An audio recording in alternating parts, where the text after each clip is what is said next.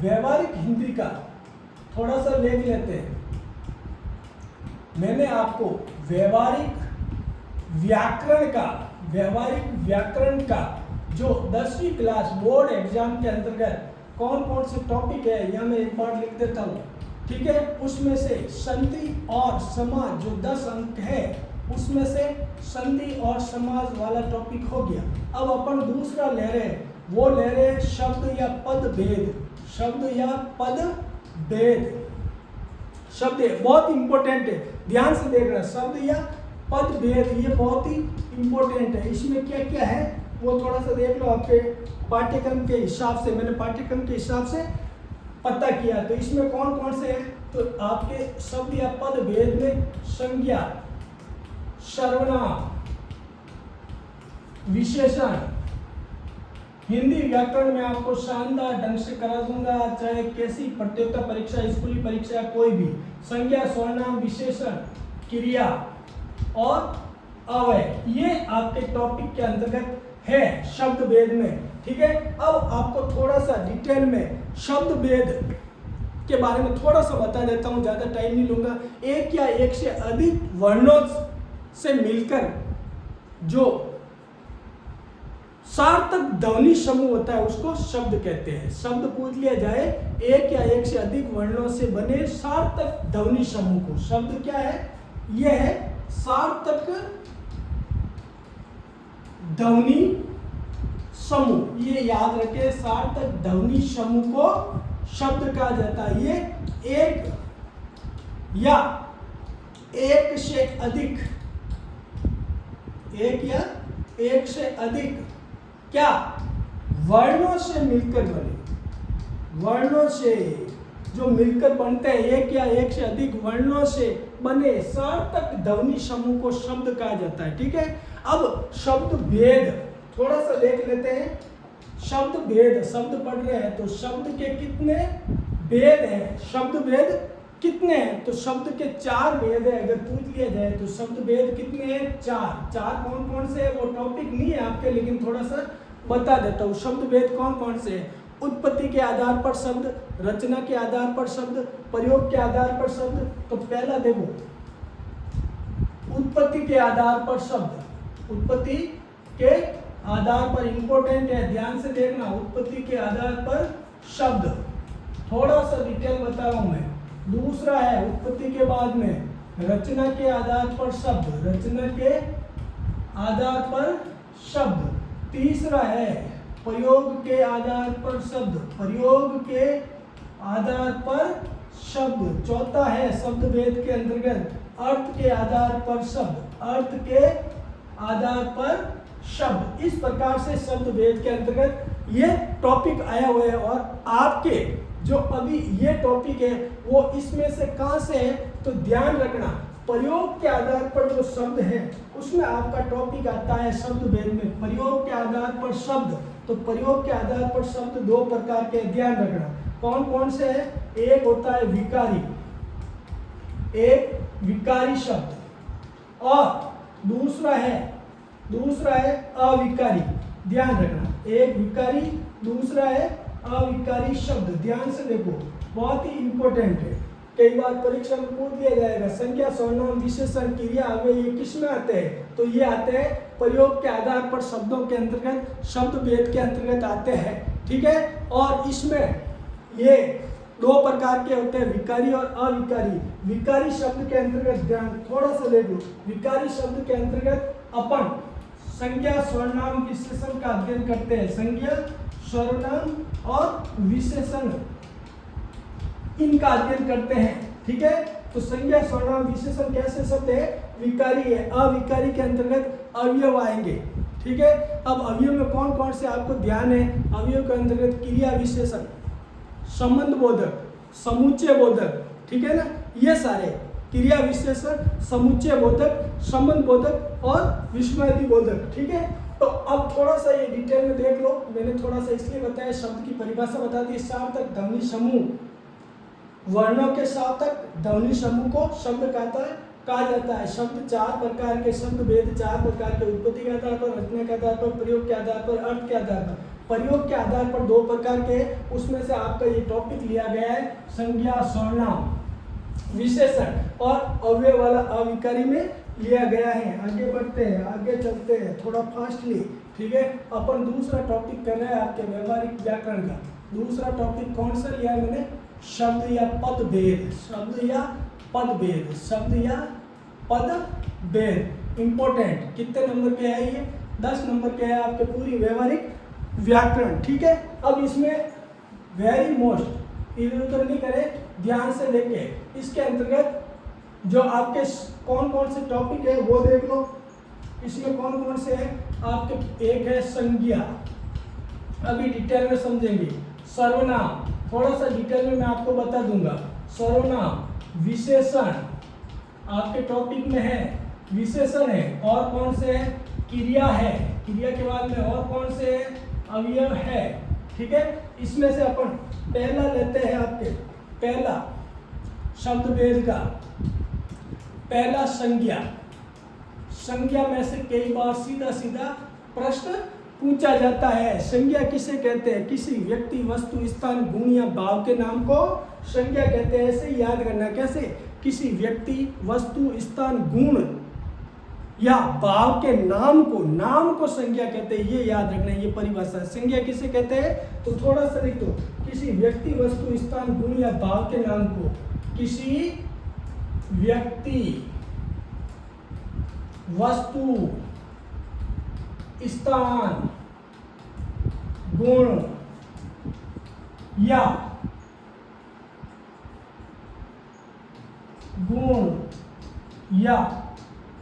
भाव के नाम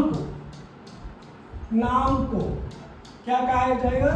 संज्ञा कहा जाएगी। किसी व्यक्ति, वस्तु, स्थान, गुण या भाव के नाम को संज्ञा कहेगी। अब दूसरा, संज्ञा के भेद। भेद कितने हैं? तो ये इंपॉर्टेंट है, ध्यान रखना। संज्ञा के 3 भेद है। पहली है व्यक्तिवाचक संज्ञा, याद रखना, व्यक्तिवाचक संज्ञा, यहाँ से परीक्षा में प्रश्न पूछा जाता है। दूसरी है जातिवाचक संज्ञा, यहाँ से भी परीक्षा में प्रश्न पूछा गया है 2021 में। और तीसरा है भाववाचक संज्ञा। संज्ञा का टॉपिक चल रहा है अपने, बिल्कुल आपके कमेंट आ रहे हैं, ठीक है। अब देखो, जो संज्ञा शब्द किसी व्यक्ति, वस्तु, स्थान के विशेष नाम का बोध कराते हैं, ठीक है ना, वो व्यक्तिवाचक। अब इसमें व्यक्तिवाचक में थोड़ा सा देख लो, व्यक्तिवाचक किसे कहते हैं, ठीक है ना।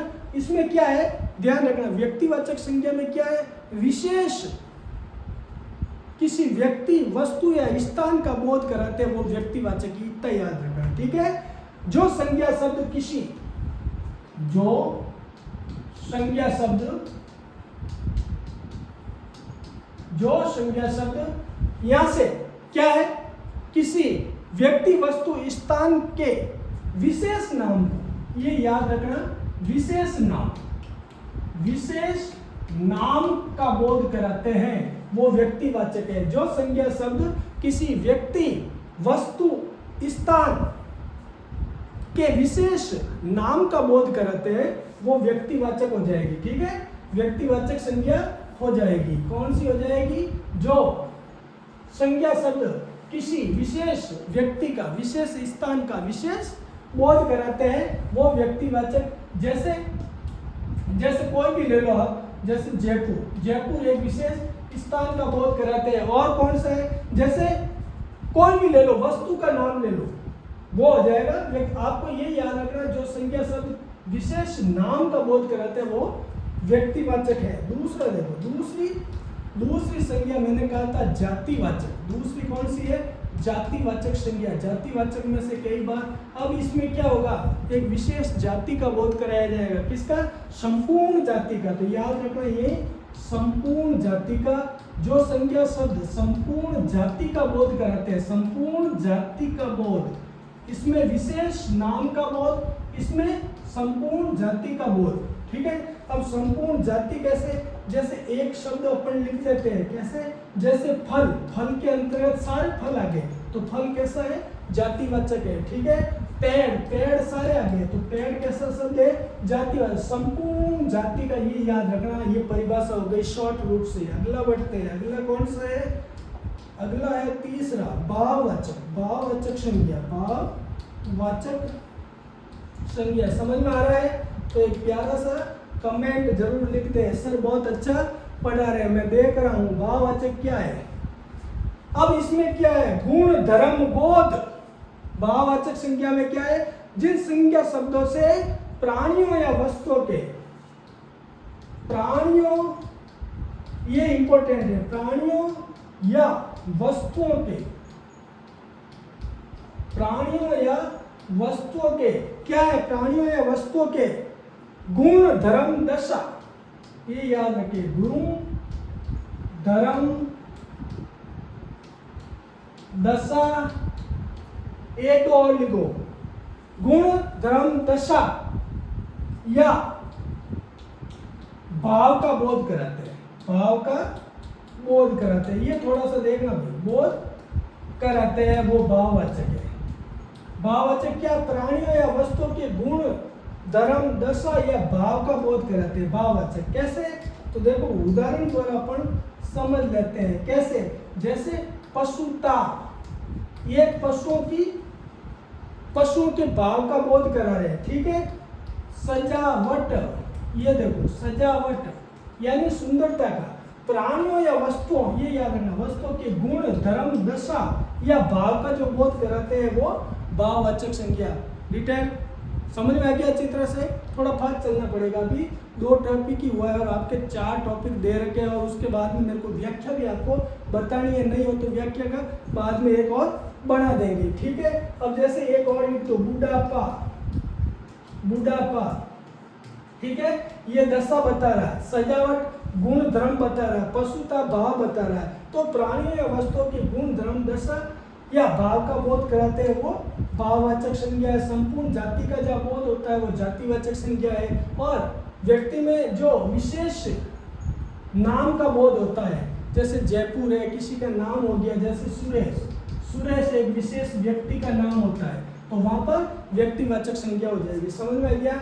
स्क्रीनशॉट ले लो। परिभाषा क्या है? ध्यान, किसी व्यक्ति, वस्तु, स्थान, गुण या भाव के नाम को संज्ञा कहते हैं। आगे बढ़ते हैं, अगला संज्ञा के बाद में दूसरा, फटाफट, सर्वनाम। सर्वनाम नाम से ही मालूम पड़ रहा है, सबका नाम, सबका नाम सर्वनाम। यानी सर्वनाम क्या है? संज्ञा के स्थान पर, थोड़ी सी परिभाषा देख लो, संज्ञा के स्थान पर, संज्ञा के स्थान पर आने वाले शब्दों को सर्वनाम कहते हैं। शब्दों को सर्वनाम कहते हैं। संज्ञा के स्थान पर आने वाले शब्दों को, संज्ञा के स्थान पर आएंगे ही, ठीक है ना। और सर्व का मतलब होता है सभी, सभी के नाम, ठीक है, वो सर्वनाम है। अब यहाँ से क्या है, अधिकतर पूछा जाता है सर्वनाम के भेद कितने, ये इंपॉर्टेंट है, ध्यान रखना, मोस्ट है। यहाँ से भी आपके कई बार प्रश्न बन सकता है। तो सर्वनाम के भेद कितने हैं? 6। कौन कौन से हैं? यहाँ ले लेते हैं अपन। पहला, पहला कौन सा है? पहला हो जाएगा पुरुषवाचक, बिल्कुल पुरुषवाचक, पुरुषवाचक सर्वनाम। अब देखो पुरुषवाचक सर्वनाम किसे कहते हैं, थोड़ा सा अपन, आपके कमेंट बिल्कुल आ रहे हैं। अब देखो पुरुषवाचक सर्वनाम क्या कहते हैं? भाषा में वक्ता, श्रोता, वक्ता और मैं जैसे बोल रहा हूं, श्रोता यानी आप सुन रहे हो, या अन्य व्यक्ति के लिए जिन शब्दों का प्रयोग किया जाता है, ठीक है। एक तो इसमें क्या होगा, वक्ता, श्रोता या अन्य, ये याद रखना, अन्य। पुरुषवाचक क्या है? वक्ता, श्रोता या अन्य व्यक्तियों के लिए जिन शब्दों का, अन्य व्यक्तियों के लिए जिन शब्दों का प्रयोग किया जाता है वो पुरुषवाचक है। शब्दों का प्रयोग किया जाता है, वो समझ में आ गया। अब एक उदाहरण देख लो, वक्ता, श्रोता या अन्य व्यक्तियों के लिए जिन पुरुषवाचक सर्वनाम में, ठीक है। जैसे तुम रोज आया करो, तुम रोजाना मेरे वीडियो देखा करो, ठीक है। तुम रोज, तो यह जो तुम है, तुम रोज आया करो, आया करो। यह देखो संज्ञा का स्थान ये तुम कैसा है, पुरुषवाचक है, यानी वक्ता, श्रोता या अन्य व्यक्तियों के लिए जिन शब्दों का प्रयोग किया जाता है वो पुरुषवाचक हो जाता है। अगला देखो, पुरुषवाचक के बाद में दूसरा कौन सा आ जाएगा, निश्चयवाचक। दूसरा कौन सा आएगा, निश्चयवाचक, निश्चयवाचक, ठीक है। और इसके बाद में तीसरा कौन सा आ जाएगा, अनिश्चयवाचक। कुछ नहीं इसमें, अनिश्चयवाचक, पुरुषवाचक, निश्चयवाचक, अनिश्चयवाचक, और कौन सा हो जाएगा, संबंधवाचक, संबंधवाचक, संबंधवाचक। संबंधवाचक के बाद में चौथा, पांचवा कौन सा हो जाएगा, प्रश्नवाचक, प्रश्नवाचक, कुछ नहीं है ध्यान रखना, प्रश्नवाचक। और छठा है निजवाचक। क्या हो जाएगा, निजवाचक। इस प्रकार से ये 6 है।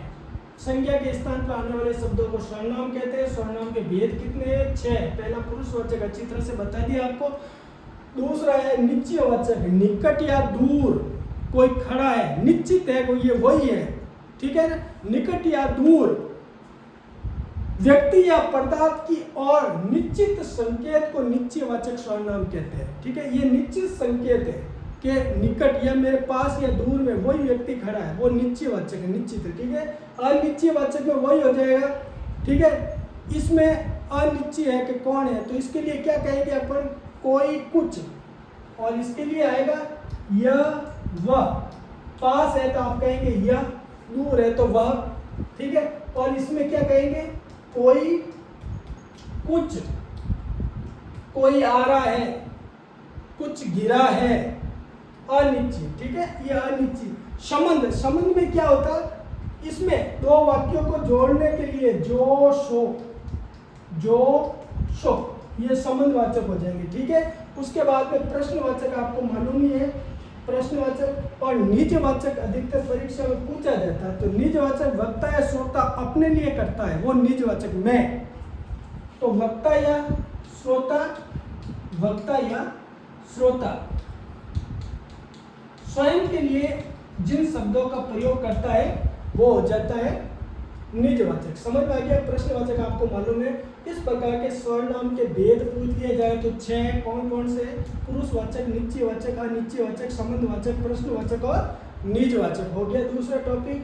आगे बढ़ते हैं, तीसरा देख लेते हैं। तीसरा भाग फिर आता है विशेषण। नाम से ही मालूम विशेषता बताता है। संज्ञा या सर्वनाम की विशेषता बताने वाले परिभाषा देख लो। संज्ञा या सर्वनाम की विशेषता बताने वाले शब्दों को, विशेषता बताने वाले संज्ञा या सर्वनाम की विशेषता बताने वाले शब्दों को क्या कहा जाएगा, विशेषण कहा जाएगा। ये संज्ञा या सर्वनाम की विशेषता बताते हैं, ठीक है। अब विशेषण के भेद कितने हैं ये थोड़ा सा देख लो। भेद कितने हैं तो ध्यान रखना, विशेषण की परिभाषा या भेद पूछेंगे तो 5 भेद है। कौन कौन से हैं उसको लिख देते हैं। पहला भेद कौन सा है तो वो हो जाएगा गुणवाचक, गुणों के बारे में। गुणवाचक नाम से ही मालूम पड़ रहा है, कुछ लिखने का काम नहीं, गुणवाचक। दूसरी कौन सी हो जाएगी, गुणवाचक के बाद में संख्यावाचक, संख्यावाचक। एक ध्यान रखना, संख्यावाचक विशेषण 2 प्रकार के होते हैं। एक तो निश्चित संख्या, एक तो हो जाएगा निश्चित संख्या, निश्चित संख्यावाचक, और एक हो जाएगा अनिश्चित संख्यावाचक। ये 2 संख्यावाचक के भाग होते हैं, ध्यान रखना, ठीक है। फिर तीसरा हो जाएगा परिमाणवाचक, परिमाणवाचक विशेषण। तीसरा ये भी 2 होते हैं, निश्चित परिमाण और अनिश्चित। तो इसमें भी 2, निश्चित परिमाप, या मान नहीं करना भाई, परिमाप, ठीक है। परिमाणवाचक में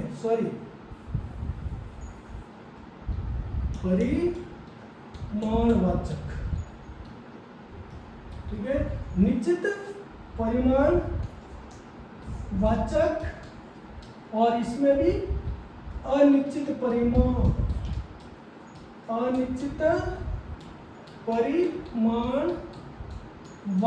ये ध्यान रखना। वैसे इतना गहराई से आपको पूछेगा नहीं। चौथा कौन सा हो जाएगा? संकेतवाचक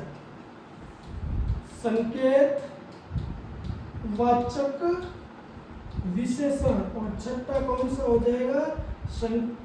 पांचवा कौन सा हो जाएगा? व्यक्तिवाचक। वैसे ये संज्ञा है लेकिन यहाँ सर्वनाम के लिए काम में आती है, इसलिए इसको व्यक्तिवाचक विशेषण कहा जाता है। तो विशेषण की परिभाषा पूछ ली जाए तो क्या है?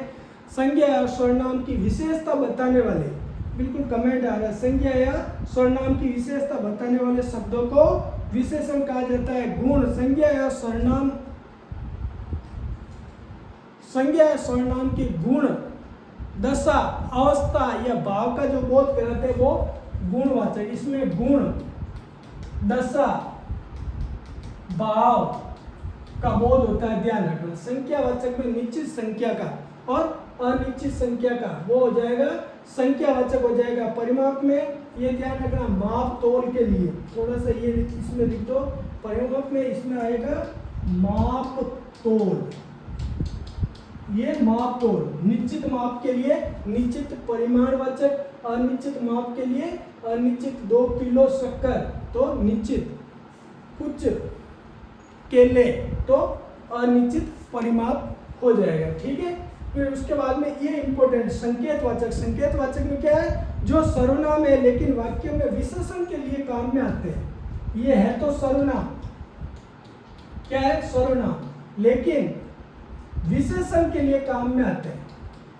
विशेषण के लिए काम में आते हैं, वहां पर संकेतवाचक। ये पूछ लेते हैं संकेतवाचक क्या है? जो है तो सर्वनाम लेकिन यहाँ विशेषण के लिए किसी वाक्य में विशेषण के रूप में आते हैं, उसे कहते हैं। और ये मूल रूप से क्या है? व्यक्तिवाचक संज्ञा है। ये हो गया आपका संज्ञा, सर्वनाम, विशेषण। अच्छी तरह से देख लो एक बार, कितने प्रकार के भेद समझ में आ गया।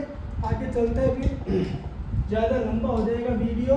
फिर अगला टॉपिक, ठीक है ना। अब क्रिया क्या है थोड़ा सा देख लेते हैं। क्रिया का मतलब होता है करना, किसी कार्य को करने को क्रिया कहा जाता है। सीधी परिभाषा क्रिया से आपको ज़्यादा से ज़्यादा क्रिया किसे कहते हैं या क्रिया के भेद कितने, ये पूछ सकते हैं। तो क्रिया क्या है? किसी कार्य को करना। क्रिया का मतलब होता है करना, किसी कार्य को करने को क्रिया कहते हैं। क्रिया के भेद कितने हैं तो ये ध्यान रखना, इसके भेद पूछे जा सकते हैं। क्रिया के भेद कितने हैं तो 3 है। 3 कौन से हैं? तो देखो, पहला भेद ध्यान रखना, पहला क्रिया का भेद कर्म के आधार पर क्रिया। पहले में आएगा कर्म के आधार पर क्रिया, ठीक है। कर्म के आधार पर क्रिया, ठीक है। अब कर्म के आधार पर क्रिया कितनी है तो ध्यान रखना, कर्म के आधार पर 2 प्रकार की क्रिया। कौन सी है? एक तो है आक्रामक क्रिया, अकर्मक, और दूसरी है सकर्मक। ये याद रखना, पूछ सकते हैं कि आक्रामक सकर्मक क्रिया कैसी है? तो कर्म के आधार पर। अकर्मक यानी जिसमें कर्म नहीं आता है, सकर्मक यानी जो कर्म के साथ जिसमें कर्म आता है वो सकर्मक क्रिया हो जाती है, ठीक है। समझ में आ गया? अगला देखते हैं। अगला दूसरा क्रिया के भेद बता रहा हूं मैं। पहला कर्म के आधार पर क्रिया, दूसरा संरचना के आधार पर।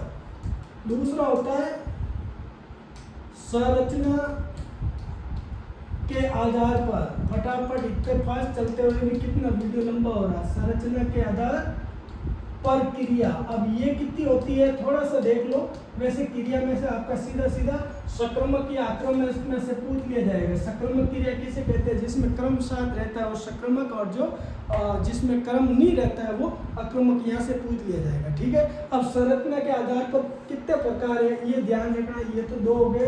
अब इसके अंतर्गत पूछ ले संरचना के आधार पर क्रिया कितने प्रकार की होती है, तो ध्यान रखना कितनी होती है, 5 प्रकार की। संयुक्त क्रिया, ये ध्यान रखना, ये नहीं लिखाऊंगा मैं, यहाँ से आपको पूछ लेंगे।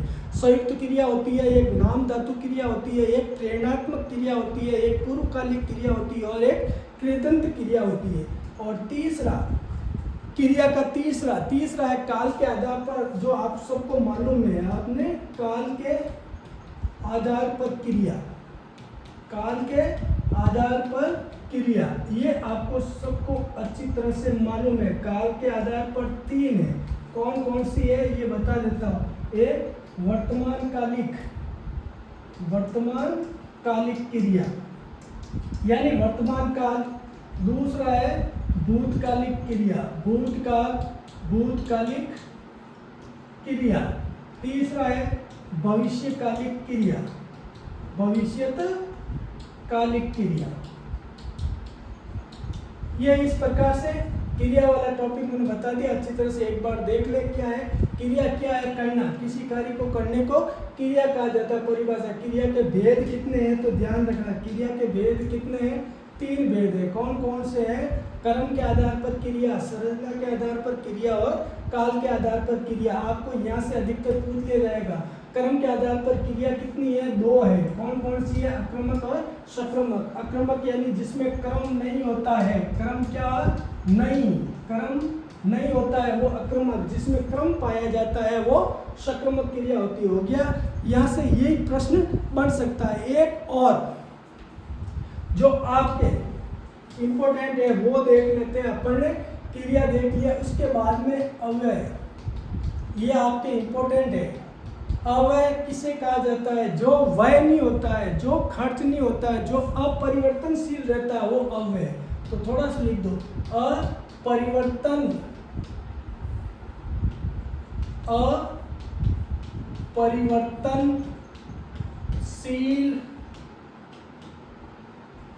अपरिवर्तनशील को अव्यय कहा जाता है, या जो खर्च नहीं होता है, जो खर्च नहीं होता है। आप कहोगे सर हिंदी में कैसे खर्च, यानी जिसमें लिंग वचन कारक काल क्रिया के आधार पर कोई परिवर्तन नहीं होता है। क्या होता है इसमें क्या होता है, अवयव में लिंग वचन काल कारक क्रिया, इन सब के आधार पर कोई परिवर्तन नहीं होता है, इसमें वो अव्यय है। अब अव्यय के बारे में अधिकतर प्रश्न आता है, क्या आता है कि इसके भेद कितने हैं, भेद से पूछ लिया। अव्यय यानी पहला अव्यय किसे कहते हैं कि लिंग वचन कारक काल क्रिया के आधार पर जिसमें कोई परिवर्तन नहीं होता है वो अव्यय कहलाता है। अव्यय के कितने भेद है, तो 4 भेद है। अव्यय के भेद कितने हैं, 4। अब कौन कौन से 4 उसको अच्छी तरह से देख लेना। अव्यय के भेद 4 है। कौन से है, एक है क्रिया विशेषण, एक क्या है क्रिया विशेषण, अभी बताऊंगा क्या है क्रिया विशेषण। एक है क्रिया विशेषण। क्रिया विशेषण क्या है, जो क्रिया की विशेषता बताता है, जैसे वह बहुत तेज चलता है, ठीक है, या बहुत है, ये क्रिया विशेषण है, क्रिया की विशेषता बता रहा है, ठीक है। बहुत तेज चलता है, इसमें अगर वो लड़की है तो भी बहुत ऐसे कैसे आएगा, लड़का है तो भी वो आएगा, ठीक है, इसलिए इसको कहते हैं अव्यय, इसमें कोई परिवर्तन नहीं होता है। दूसरा देखो क्रिया विशेषण हो गया। दूसरा कौन सा अव्यय होता है, तो दूसरा होता है समुच्चय बोधक। दूसरा कौन सा होता है, समुच्चय बोधक। आपने गणित में देखा होगा समुच्चय किसे कहते हैं, जो साथ साथ रहते हैं वो समुच्चय बोधक। तो इसमें क्या है, समुच्चय बोधक में क्या है, समुच्चय बोधक जो जोड़ने का काम करते हैं, ठीक है, जो साथ 2 वाक्यों को जोड़ते हैं और साथ में रखते हैं। इसमें और, अथवा ये शब्द आते हैं, ध्यान रखना, ये समुच्चय बोधक है। और, अथवा ये 2 वाक्यों को जोड़ने के लिए, ठीक है। तीसरा देखो, तीसरा अवयव कौन सा है, अवयव वाला आपके टॉपिक है, अच्छी तरह से देख लेना। तीसरा है संबंध बोधक यानी एक वाक्य का दूसरे से संबंध बताने का जो काम करता है उसको संबंध बोधक अवयव कहते हैं। इसमें क्या है, का, की, के,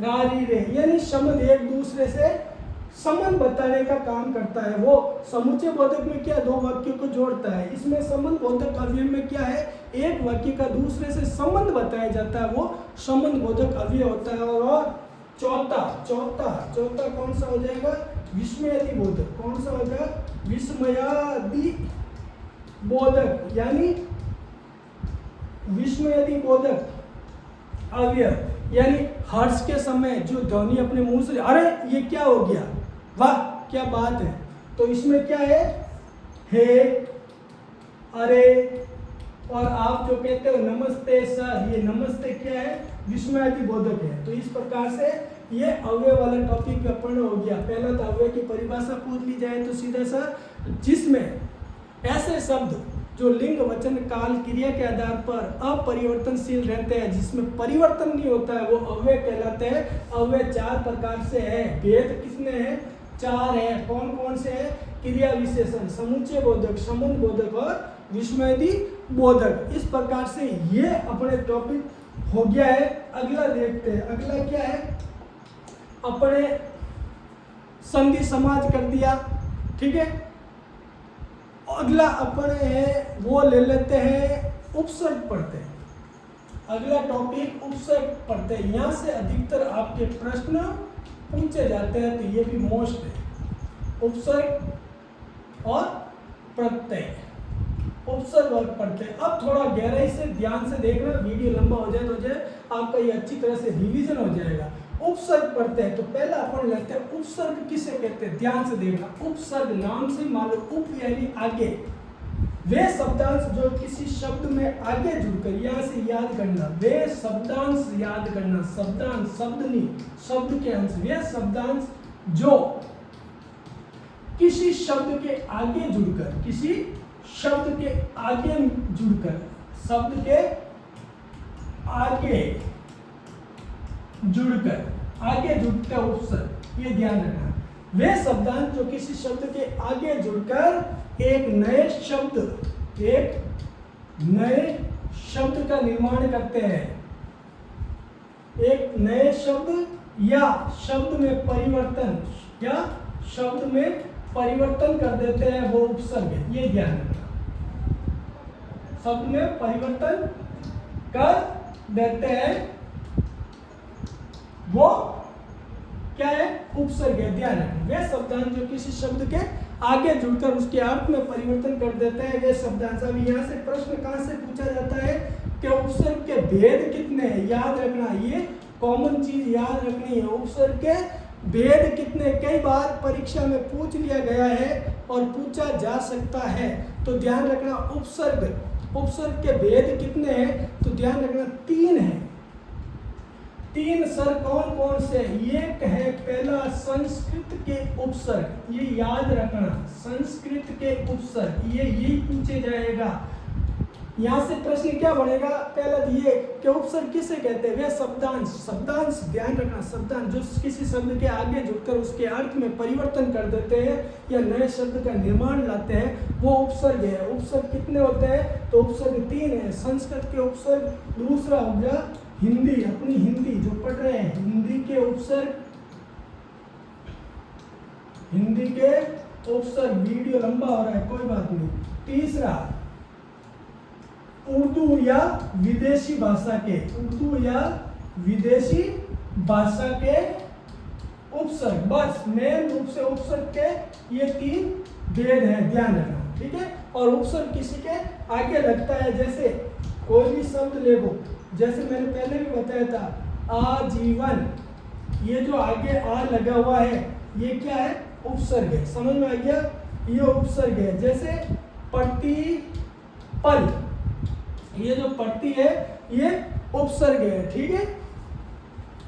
बेखबर, तो ये जो बे है ये उपसर्ग है, समझ में आ गया। उपसर्ग में ये इससे पूछेगा उपसर्ग किसे कहते हैं और उपसर्ग के भेद कितने हैं, तो ध्यान रखना उपसर्ग के भेद कितने हैं, संस्कृत के, हिंदी के, उर्दू और विदेशी भाषा के उपसर्ग, ये हो गया। अब पढ़ते वाला इंपोर्टेंट है, ध्यान रखना, पढ़ते में से 101% प्रश्न पूछा जाता है। क्यों पूछा जाता है, क्योंकि इसमें अंतर है। प्रत्यय किसे कहते हैं, तो वो क्या वो बात, वे शब्दांश ये याद रखना, वे शब्दांश जो किसी शब्द के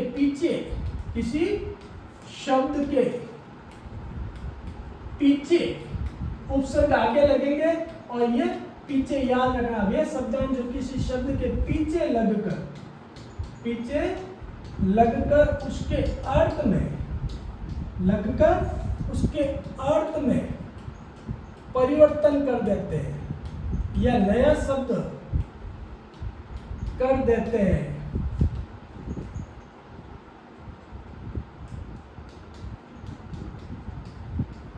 वो क्या है, प्रत्यय। वे शब्दांश जो किसी शब्द के पीछे, प्रत्यय यानी पीछे, याद रखना, प से पीछे लगकर, किसी शब्द के पीछे लगकर उसके अर्थ में परिवर्तन कर देते हैं या नया शब्द का निर्माण कर देते हैं, वो प्रत्यय है। अब प्रत्यय में से कहां से कि प्रत्यय के भेद कितने हैं, तो ध्यान रखना, प्रत्यय के भेद कितने, यहाँ से अधिकतर कई बार प्रतियोगिता परीक्षा में और आपके 10वीं 12वीं में कई बार पूछा गया और गलत कर देते विद्यार्थी। तो ध्यान रखना, प्रत्यय के भेद दो है, दो प्रत्यय है। कौन कौन से है, तो एक ध्यान रखना, कृत, अच्छी तरह से लिख देता हूं मैं, क के नीचे ऋषि है, ये कृत प्रत्यय, यहां से पूछा जाता है, ये कृत प्रत्यय किसे कहते हैं। और दूसरा है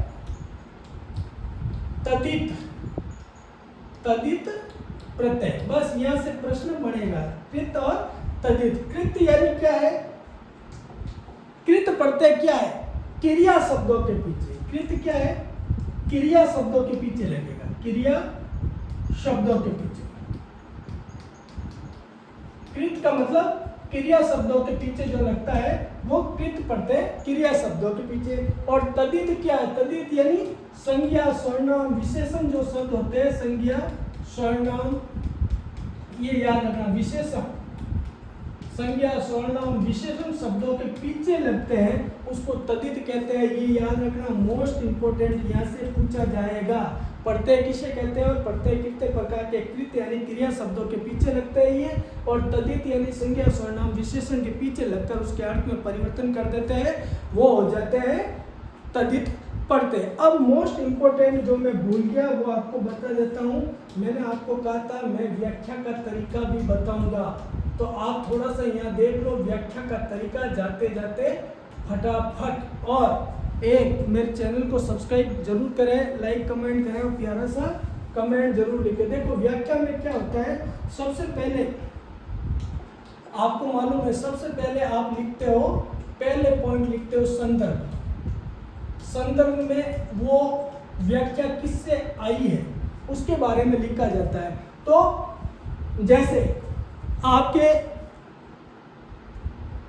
पाठ्य पुस्तक जो है कृति का ले लो या दूसरी वाली, ठीक है ना, उसमें से सूर्यकांत त्रिपाठी निराला की एक कविता है, जैसे उत्साह वाली, ठीक है ना, उसकी 4 पंक्तियां आ गई, तो आपको क्या लिखना है, जैसे उत्साह कविता से है तो आपको क्या लिखना है, प्रस्तुत, यह शब्द लिखना है प्रस्तुत पद्यांश, ये लिखना है प्रस्तुत पद्यांश, कविता प्रस्तुत पद्यांश, या आप लिख सकते हो अवतरित पद्यांश, ये शब्द ध्यान रखना, हिंदी के अवतरित पद्यांश ये लिख सकते हो आप, याद रखना।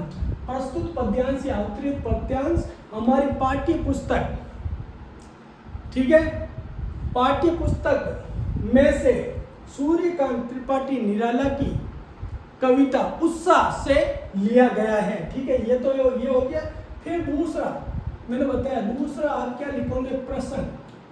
अब प्रसंग में क्या है, प्रसंग में जैसे उत्साह में से बादल राग आपका आया है, तो वही चीज लिखनी है, प्रस्तुत या अवतरित, प्रस्तुत या अवतरित पद्यांश में कवि बादलों के बरसने, सूर्यकांत त्रिपाठी निराला बादलों के बरसने के बारे में बता रहा है कि अगर ये नहीं बरसेंगे तो धरती वीरान हो जाएगी, बस इतना सा दे दे। फिर उसके बाद में तीसरा आपकी व्याख्या आ जाएगी, क्या आ जाएगी, व्याख्या बता देना है, व्याख्या, उसमें क्या क्या है बादलों के बारे में, कि प्रस्तुत या अवतरित पद्यांश में सूर्यकांत त्रिपाठी निराला ने बादल कविता में बादलों के गरजने बरसने वो व्याख्या के अंतर्गत आप लिखते हैं। उसके बाद में इम्पोर्टेंट चीज जो आपको नीचे लिखनी है वो ध्यान रखना है। वो क्या लिखना है? वो लिखना है आपको, अगर पद्यांश है तो काव्य सौंदर्य, ये जरूर लिखे। क्या लिखे?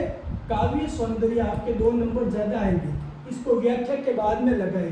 काव्य सौंदर्य में ध्यान रखें, पहला ले ले आप भाषा, ठीक है। भाषा के 2-3 पॉइंट आप जरूर लिख दें। जैसे एक पॉइंट अपन भाषा का लिख सकते हैं, भाषा सरल सुबोध है। भाषा सरल सुबोध सरस।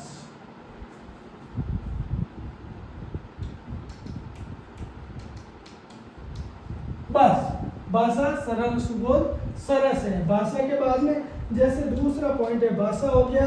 फिर आप दूसरा लगा सकते हैं शैली। शैली दूसरा पॉइंट लगाए और शैली में लिखे शैली, यानी शैली यति गति प्रशस्य है। इसमें क्या लिख सकते हो? शैली यानी कैसे, भाव प्रवाह कैसे है, तो आप लिख सकते हो इसमें यति गति गति प्रशस्य, ठीक है, प्रशस्य है। अब उसके बाद में चौथा, या ये प्रशस्य नहीं लिखे, यदि यति गति, थोड़ा सा देख लेते हैं, यति गति, चलो ये लिखो, प्रशंसनीय है, ठीक है। उसके बाद में अगला देखो, अगला आप तीसरा अलंकार जरूर लिख देना। रस छंद अलंकार। अलंकार में आप अनुप्रास अलंकार का लगभग सब में प्रयोग होता है, तो अनुप्रास अलंकार का सुंदर प्रयोग है, ठीक है ना, वो लिख सकते हैं। उसके बाद में शब्द शक्ति, या अब तीसरा चौथा रस डाल देना 1 पॉइंट, ठीक है। रस के बारे में बता देता, जैसे करुणा रस, बादल है, करुणा रस का प्रयोग है। अगर रस नहीं डालो तो आप अलंकार लिख देना। अलंकार के बाद में चौथा शब्द शक्ति दे देना। शब्द शक्ति या रहने दो, बस ये 2-3 पॉइंट आप लिख देना। भाषा, शैली, अलंकार, वैसे रस होता है, छंद होता है, लेकिन आप दे नहीं पाओगे, तो ये पूरी व्याख्या करने के बाद में काव्य सौंदर्य जरूर लिख देना। उसमें भाषा लिखना एक, और शैली लिख देना। भाषा कुछ भी लिख देना। भाषा सरल सुबोध सरस है, शैली की यति गति प्रशंसनीय है, अलंकारों का सुंदर प्रयोग है। इसको ऐसे भी लिख सकते हैं, अलंकार का सुंदर प्रयोग है। अगर आपको याद नहीं है अलंकार, तो अलंकार का सुंदर प्रयोग है, प्रयोग है। इस प्रकार से आप व्याख्या करोगे तो आपके अच्छे अंक आएंगे। दोस्तों, आज का वीडियो कैसा लगा लाइक कमेंट करके बताएं। जय हिंद।